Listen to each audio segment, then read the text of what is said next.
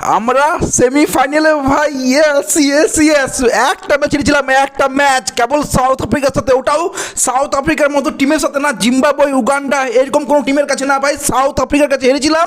তাতে আমাদের net run rate এর সাথে জিততে হবে, ওর সাথে জিততে হবে, কত কিছু না হচ্ছিল। এটা আমাদের ভারতীয় টিম ভাই, এটা আমাদের ভারতীয় টিম যে ফর্মে নেই সেও আজকে আমাদের সেমিফাইনালে, সঞ্জু স্যামসন ফাইনালি আজকে ফর্মে এলো। আমি সকালে যখন ভিডিওটা বানিয়েছিলাম বলেছিলাম সঞ্জু স্যামসন আজকে চলবে, আর পুরো লজিক দিয়ে বুঝিয়েছিলাম সঞ্জু স্যামসন কেন আজকে চলবে। হোয়াট এ ইনিংস ভাই Sanju Samson, what a innings, মন জিতে নিল ভাই, মন জিতে নিলে দারুণ ইনিংস খেললে আজকে। 6-4 মেরে ম্যাচ ফিনিশ, শেষ করে দিল ভাই 6-4 মেরে। যদিও সেঞ্চুরিটা মিস করলে কিন্তু ভাই 97 এটা one of the best innings টি-20 ইতিহাসে ভাই, one of the best innings ইন্ডিয়ার হয়েছে চেজ করে, নট ইভেন বিরাট কোহলি। আমি বলবো এটা সবচেয়ে বেস্ট ইনিংস, চেজ করতে গিয়ে এই রানটা তুমি করলে 97 রান, সেঞ্চুরিটা মিস করলেও এটা সবাই মনে রাখবে ভাই, এটা সবাই মনে রাখবে। 2026 টি-20 ওয়ার্ল্ড কাপে এরকম অবস্থা, নেট রান রেট থেকে কত কিছু না হচ্ছিল, সেইখানে সেমিফাইনালে ইন্ডিয়া মানে ওয়েস্ট ইন্ডিজকে হারাতে হবে, সেইখানে 97 রান, ওটাও তোমার 195 রান চেজ করতে গিয়ে। 19 ওভার 2 বল মানে 4টা বল এখনো বাকি ছিল, আমরা ম্যাচটা ওয়ান সাইড জিতলাম। টি-20তে 4টে বল বাকি মানে ভাই এটা বলতে পারো ওয়ান সাইডেড। হ্যাঁ খেলাটা জমেছিল বলতে পারে, অনেকে বলতে পারে, কিন্তু না ভাই আমার হিসেবে এটা ওয়ান সাইডেড ম্যাচটাই জিতেছে ইন্ডিয়া। 4টে বল মানে অনেক বলি, টি-20তে বলতে গেলে 4টে বল মানে অনেকটাই। হ্যাঁ একদমই ওয়ান সাইডেড না, কিন্তু ভাই এটা জেতাই ছিল যেভাবে তোমার সঞ্জু স্যামসন স্পেশালি ব্যাটিংটা করেছে। কিন্তু ভাই দেখো ওয়েস্ট ইন্ডিজ যেভাবে আজকে লড়েছে, যেভাবে ফাইট দেখিয়েছে ভারতের সাথে, আমার মনে হয় না আমি অ্যাটলিস্ট 1% ওইটা এক্সপেক্ট করেছিলাম না যে তোমার ওয়েস্ট ইন্ডিজ এত ভালো খেলবে। কারণ কি আমাদের বরুণ চক্রবর্তী আছে ভাই, জসপ্রীত বুমরা আছে, হর্ষদীপ সিং আছে, হার্দিক পান্ডিয়া আছে, অক্ষর প্যাটেল আছে। আমার মনে হয়েছিল না ওয়েস্ট ইন্ডিজ এত সুন্দর ব্যাটিং করবে। ও 197 রান 195-97 যতই করেছিল ওটা করতে পারবে। আমি ভেবেছিলাম 170 খুব জোর 180, তার বেশি না। আর আমি এটাও ভেবেছিলাম ওয়েস্ট ইন্ডিজের 80 রান করতে গিয়ে 3-4টে উইকেট হারাবে, কিন্তু না ভাই ওয়েস্ট ইন্ডিজ তোমার কেবল 1 উইকেট হারিয়েছিল যখন 10 ওভারকে 11 ওভার শেষ হয়েছিল। ওয়েস্ট ইন্ডিজের 80 রান হয়েছিল, 80-82 রান হয়েছিল, কেবল 1টা উইকেট হারিয়েছিল। যদিও তোমার অভিষেক শর্মা ক্যাচ ছেড়েছিল, রস্টান চেজের ক্যাচটা ছেড়ে দিয়েছিল অভিষেক শর্মা, তিলক বর্মা ক্যাচ ছাড়ছে, কিন্তু না ভাই Jasprit Bumrah what a bowling ভাই, হোয়াট এ বোলিং। ওই ওভারে পুরো ম্যাচটা ঘুরে গেল। প্রথমে হিটি মার্ক আউট করলো, দেন তোমার সোলোয়ার দিয়ে রস্টান চেজকে ফাঁসিয়ে দিল, ওই এক ওভারে দুটো উইকেট, ওখানেই পুরো ম্যাচটা ঘুরে গেল। যখন মনে হচ্ছিল ওয়েস্ট ইন্ডিজ 170-160 তার বেশি করতে পারবে না, খুব জোরে 180 মানে 180 না 175, সেই সময় ভাই জেসন হোল্ডার এবং আমাদের কিকারের Rovman Powell what a partnership বা হোয়াট এ ইনিংস, মানে দারুণ একটা ইনিংস খেলেছে। 35 বলে 76 রানের পার্টনারশিপ করেছিল, যেখানে তোমার রোবম্যান পাওয়াল 19 বলে 34 রান, 2টো 6 3টে 4, এবং জেসন হোল্ডার 22 বলে 37 রান, 3টে 6 2টো 4। কিন্তু specially Rovman Powell what innings, এবং জেসন হোল্ডারও ভাই খুবই দারুণ ইনিংস খেলেছে, যেভাবে 6গুলো মার্চ ছিল দারুণ। জেসন হোল্ডার দেখো একাই লড়েছে, সেটা তোমার ব্যাটিংয়ে বলো কি তোমার বোলিংয়ে বলো, ও শেষ পর্যন্ত বেচারা লড়ে গিয়েছে। যদিও তোমার হার্দিক পান্ডিয়ার ক্যাচটা মিস করেছিল, কিন্তু ভাই আমাদেরও তো ফিল্ডিং মিস হয়েছিল, সেটা অভিষেক শর্মা বলো, তিলক বর্মা বলো, কি তুমি যাকেই বলো অনেকেই ক্যাচ মিস করেছে, যেগুলো সেমিফাইনালে করলে চলবে না। ইভেন তোমার বরুণ চক্রবর্তী ও রান আউটটা প্রথমে পাওয়ার প্লেতেই মিস করেছিল, অন্য সাইডে থ্রো করে দিয়েছিল। কিন্তু যাই হোক রোবম্যান পাওয়াল এবং জেসন হোল্ডারের এত সুন্দর একটা পার্টনারশিপ, এত সুন্দর একটা ইনিংস, যার ফলে তোমার ওয়েস্ট ইন্ডিজ 195 রান করে। আর এইরকম ম্যাচে যেখানে তোমার ম্যাচ জিতলে সেমিফাইনালে যাবে, এইরকম ম্যাচে 195 রান একটা বিশাল বড় স্কোর বা একটা বিশাল বড় স্কোর, এটা আমি আশা করেছিলাম না ওয়েস্ট ইন্ডিজের টিমের কাছে। কারণ বরুণ চক্রবর্তী বুমরা আমি অলরেডি এটা বললাম।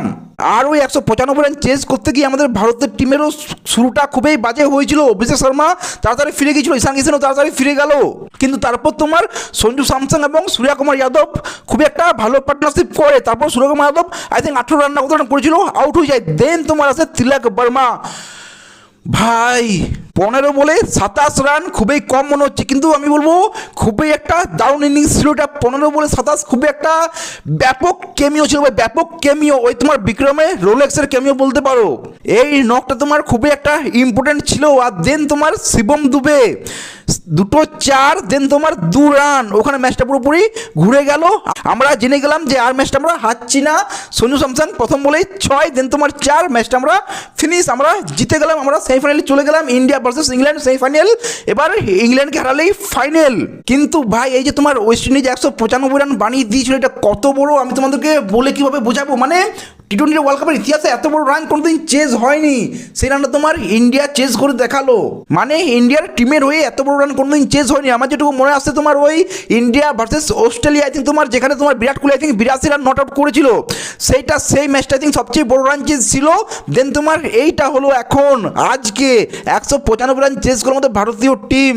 সঞ্জু স্যামসং 50 বলে 97 রান করে 4টে 6 মারি 12টা 4, খুবই একটা পারফেক্ট ব্যাটিং বলো ভাই, পারফেক্ট, যে প্রত্যেক বলেই মারতে হবে এটা না। দেখো অভিষেক শর্মা যখন আউট হয়েছিল আমি কমেন্ট্রিতে শুনছিলাম, বলছিল এই শটটা মারা উচিত হয়েছিল না, অলরেডি তোমার 16 রান 17 রান এসে গিয়েছিল, এখন এইভাবে তোমার অভিষেক শর্মাকে আউট হওয়া উচিত ছিল না।